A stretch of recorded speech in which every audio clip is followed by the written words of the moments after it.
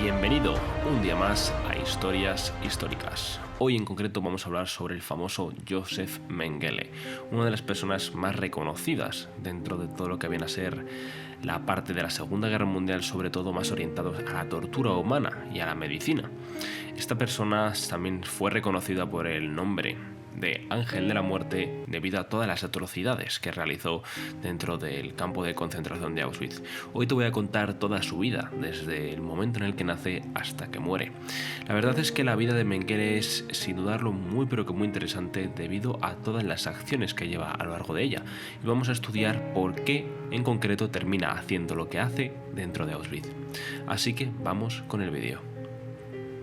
Bien, para empezar, Joseph Mengele nació el 16 de marzo del año 1911 en la ciudad bávara de Günzburgo y era el mayor de 3 hijos, ¿vale? Su padre se llamaba Karl y la madre se llamaba Galburga.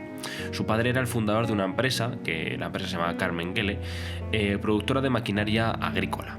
Vamos, que tenían dinero, se podría resumir. Joseph fue un buen estudiante al que le gustaba la música, el arte y el esquí.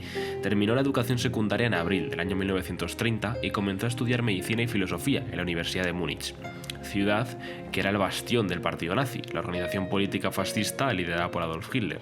Esto es base, o sea, Múnich tiene muchísimo peso dentro de lo que viene a ser todo el partido nazi.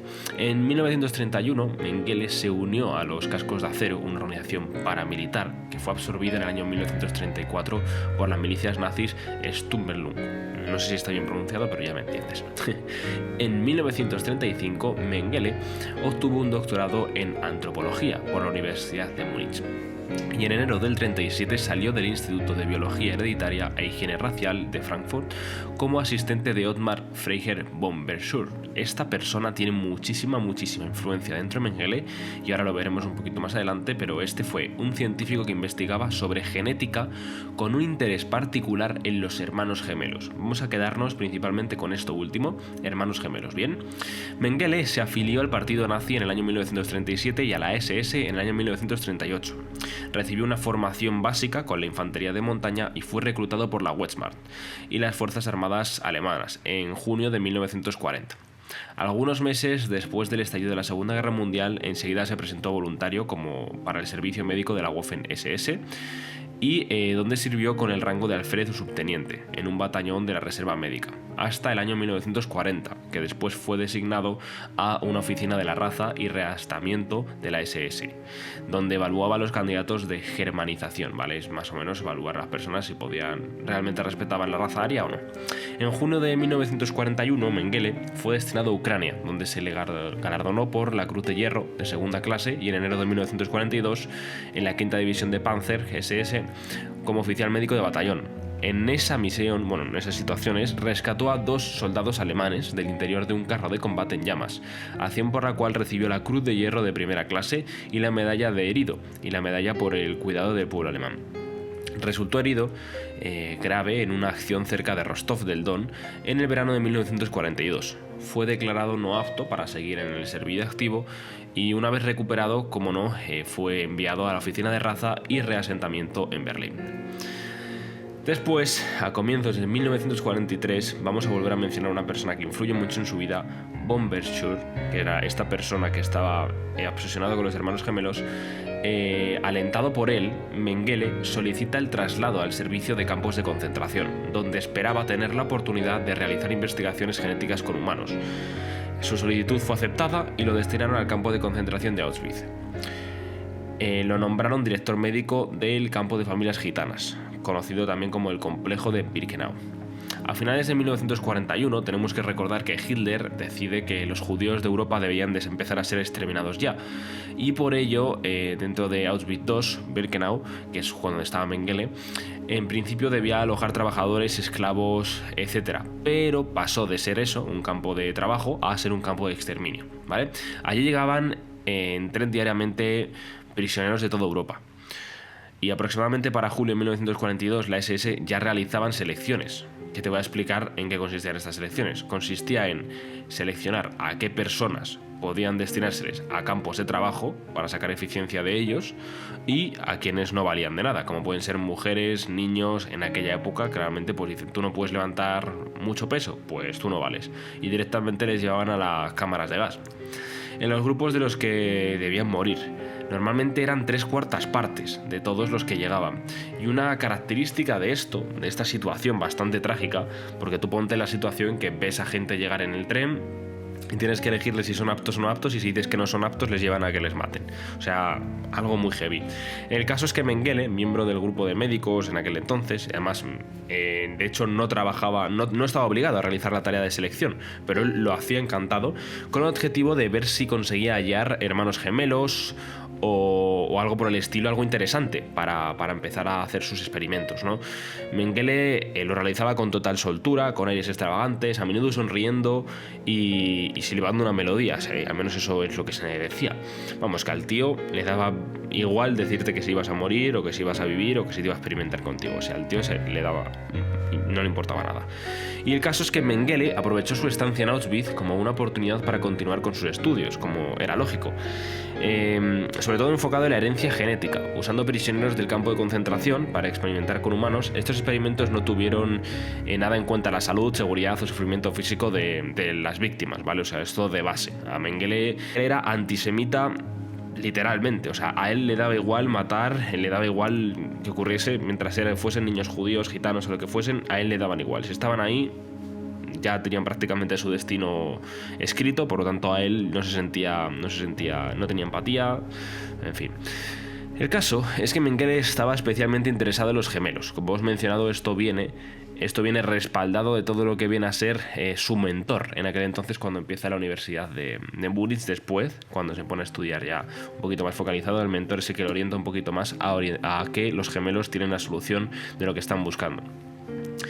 El caso es que recibe hasta dinero por parte de la Fundación Alemana de Investigación y le otorgan una subvención, y Mengele enviaba los informes periódicos y diversas muestras a su mentor, a von Bersuch. El dinero que le otorgaron se empleó en una construcción de un laboratorio de patología adjunto al crematorio 2 de la Auschwitz-Birkenau, que era donde estaba él. También fichó al doctor Miklos Nitzli, que era un patólogo húngaro de religión judía que llegó a Auschwitz el 29 de mayo de 1944. A él le fichó con el objetivo de que le ayudase en sus trabajos, etc. Las investigaciones de Mengele sobre los gemelos estaban pensadas en parte para demostrar la supremacía de la herencia genética sobre el entorno y reforzar de esta manera la premisa del nazismo, que defendía la superioridad de raza aria. Afirma que su ayudante judío afirma que los estudios sobre gemelos también estaban motivados por un deseo de mejorar la tasa de reproducción de la raza alemana, es decir, con un objetivo de que se reproduciesen más rápidos esa raza aria que ellos tanto admiraban. Los presos que utilizaba Mengele en sus experimentos estaban mejor alimentados y alojados que el resto de internos en el campo, como es normal. El médico creó hasta una guardería con zona de juegos para los niños con los que realizaba las pruebas, y para todos los menores de 6 años de etnia gitana, donde vivían en mejores condiciones. Mengele y otros médicos de Auschwitz fueron transferidos el 17 de enero del año 1945 al campo de concentración de Gross-Rosen, esto debido a que estaban a punto de llegar los soviéticos del Ejército Rojo a Auschwitz, ¿no? Entonces 10 días después efectivamente capturan Auschwitz y pues bueno, por suerte de Mengele consigue escapar de allí. Allí confió temporalmente todos los documentos que tenía de Auschwitz a una enfermera con la que había entablado una buena relación, y después él y toda su unidad se apresuraron hacia el oeste para evitar caer en manos de las tropas soviéticas, y en junio acabó hecho prisionero de guerra por el ejército estadounidense. Y aquí viene, aquí te preguntas si el karma realmente existe, porque fijaros en esto. Mengele fue registrado en principio con su nombre auténtico, ¿vale? Es decir, te capturan los aliados, los estadounidenses, te registran como Josef Mengele, pero por culpa de la desorganización de los aliados con las listas de los alemanes más buscados y por el hecho de que no tenía el habitual tatuaje de la SS con su grupo sanguíneo, no lo identificaron como uno de los hombres de la lista de los principales criminales de guerra. Fue liberado a finales de julio y obtuvo la documentación falsa bajo el nombre de Fritz Ullmann, documentos que él después alteró para cambiarse el nombre de Fritz Hollmann. Después de varios meses huyendo, en los que tuvo tiempo de internarse por el territorio para recuperar todos los archivos de Auschwitz, Mengele encontró trabajo como granjero cerca de Rosheim.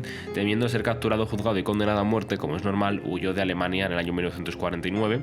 En este caso hay que reconocer que no le acompaña su esposa en aquel entonces se termina divorciando de ella. Y ayudado por una red de antiguos miembros de la SS, pues consigue salir de allí como un falso miembro del Comité Internacional de la Cruz Roja.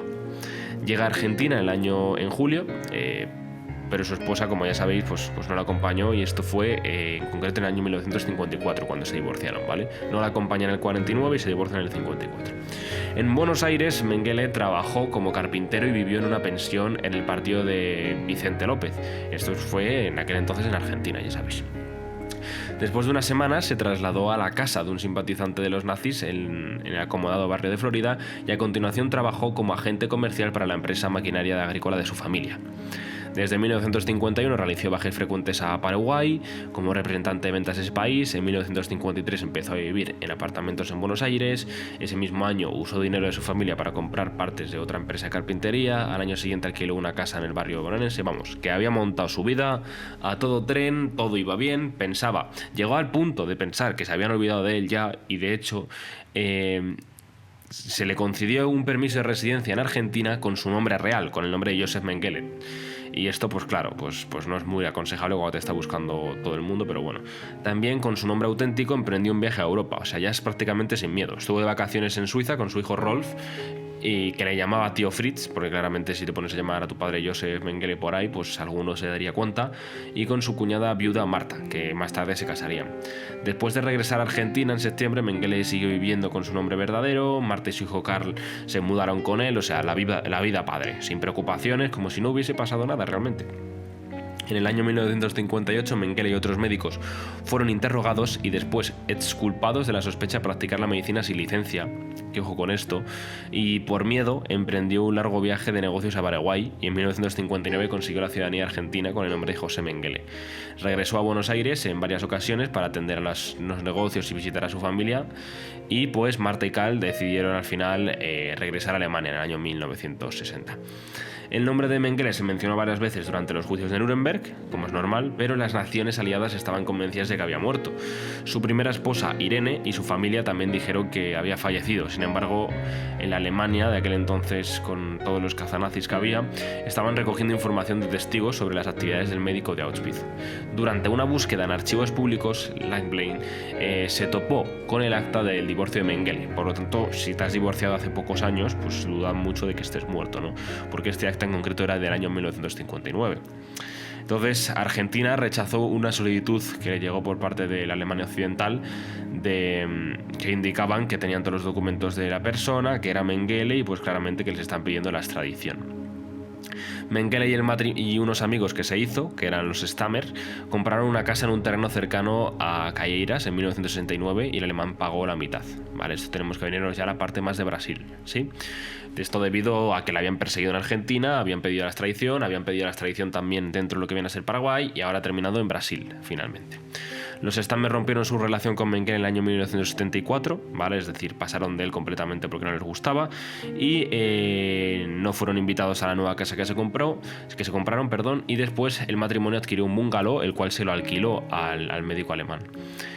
Rolf, que era su hijo, que no había visto a su padre desde las vacaciones en Europa en el año 56, es decir, 20 años después, viaja a Brasil, lo visita en 1977 y se encuentra con una persona, con un nazi impenitente, que afirmaba que nunca había hecho daño a nadie y que solo había cumplido con su deber. La salud de Mengele se estaba deteriorando paulatinamente desde el 72. En 76 sufrió el primer infarto cerebral, ya que padecía hipertensión y una infección de oído que producía vértigos y cosas de ese estilo. Y durante una visita a sus amigos de Wolfram y Lustbossert en la localidad costera de Bertioga, Mengele sufrió otro infarto cerebral mientras nadaba en el mar y se ahogó. Fue enterrado en el municipio de brasileño de Dudartes con su nombre falso en el año 1975. Fue cuando prácticamente estaba usando este nombre. Cosa también interesante es que se le puso una recompensa a su cabeza. Antes de saber que finalmente se había muerto, se puso una recompensa de $100.000. Más tarde es descubierto por los agentes, pues los famosos cazanazis, de que efectivamente había muerto gracias a investigar, pues eso, lo que hemos mencionado anteriormente. que era la carta de divorcio, también las cartas que se había escrito con sus amigos de Brasil, etc. Pues esta es la trágica historia de Mengele. Realmente Joseph Mengele no fue un médico destacado, ni siquiera hizo ningún avance a la ciencia considerable para todo el daño que causó, y de hecho es uno de los mayores fracasados dentro de la historia nazi que podemos ver. ¿Por qué digo fracasados? Porque dentro de médicos que experimentaban con judíos, en Auschwitz había más de 30 y pico médicos que hacían lo mismo. Joseph Mengele al fin y al cabo es uno de los más conocidos, pero hay que destacar que había un montón que también hacían lo mismo. En el caso de Joseph Mengele vemos como la vida gana más de 30 años de vida debido pues a su astucia de esconderse por Latinoamérica y por ayuda de gente que confía en aquel entonces en los nazis. Pero con esto que te quiero decir, que muchas veces no vale de nada estar buscando desesperadamente el éxito profesional, porque todos los experimentos que estaba haciendo él iban con la finalidad de conseguir el éxito profesional, porque si no, no haría eso ni de una manera tan rápida. Por ejemplo, varios experimentos que llega a realizar eran de vida o muerte. Para que os hagáis una idea, mataba a 2 gemelos a la vez para ver qué diferencias había cuando hacía el análisis de los cuerpos ya sin vida, ver las diferencias que había de una vez a otra, ¿no? Entonces había muchos experimentos los cuales eran muy pero que muy negativos, y esto lo hacía con el objetivo de hacer algún descubrimiento importante para la ciencia, para ser recordado de por vida. Pero en este caso no tuvo suerte y por lo tanto pues quedará en la historia de falta de valores éticos. Espero que te haya parecido interesante este vídeo. Si te ha parecido interesante, agradezco un montón que me apoyes con un pedazo de like.